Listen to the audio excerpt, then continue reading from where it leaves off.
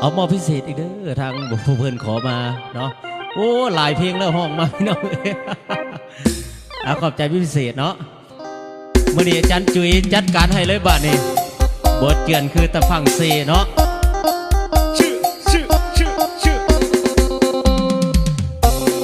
มื่อนี้ขอบใจทั้งเจ้าภาพเด้อที่เซินเบาหน่อยใส่น้ำเซมาห่วมการห่วมงานเนาะแล้วพี่น้องทางป่าปากนี่แหละเนาะมันบทเจือนคือตะพังเซตามคำขอกันละกันเด้อ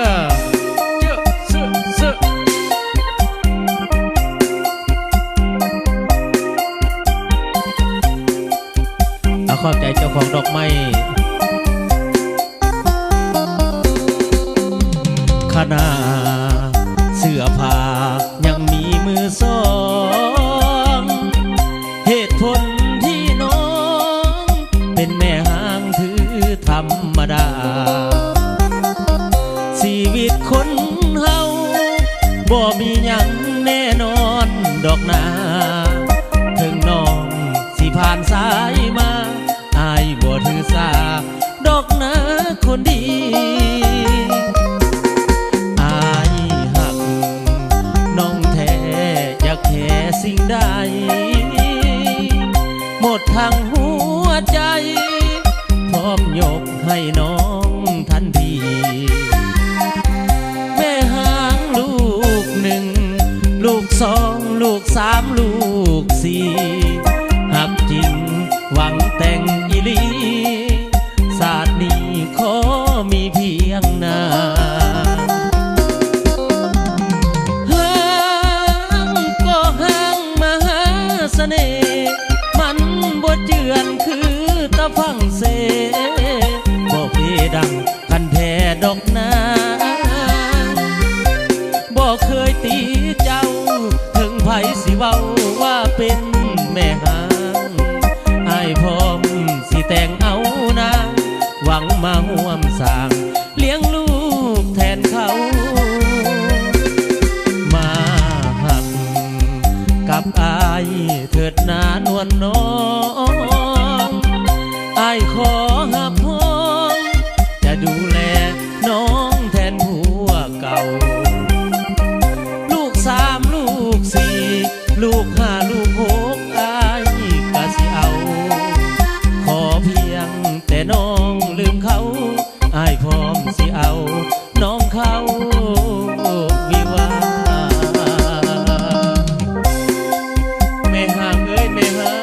งเขาที่บ่เป็นยังดอกมาหาอายเด้อเอาขอบใจพี่น้องเดินทางมาจากอำเภอธาตุพนมเด้อแล้วก็พี่น้องเดินทางมาจากอำเภอบางยางแน่พิเศษพี่น้องบ้านโคกกลางเขาเด้อ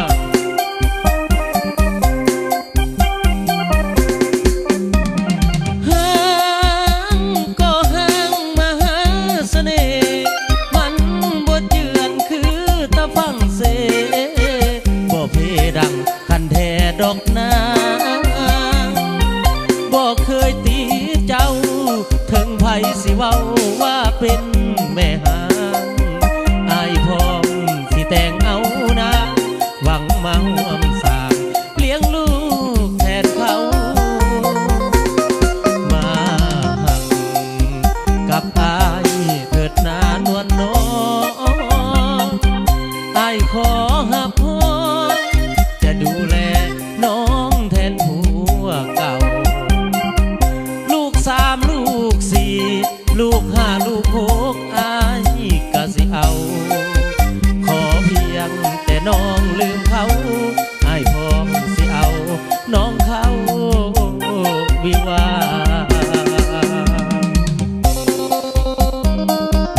เอามอบให้เดินหน้าเวทีเด้อเอาขอบใจทั้งอีเมลคอยเด้อทั้งเจ้าภาพเนาะเจ้าภาพบ้านโคกกลางเอาขอบใจเป็นพิเศษโอ้ยพิเศษทั้งเบายุดเบาติ๊กเนาะทีมงานเบาสำน้อยเนาะทีมงานสลองไซมิวสิกนี่ขอบใจเป็นพิเศษเด้อมาอุดหนุนมื้อนี้เนาะร่ำรวยเด้อ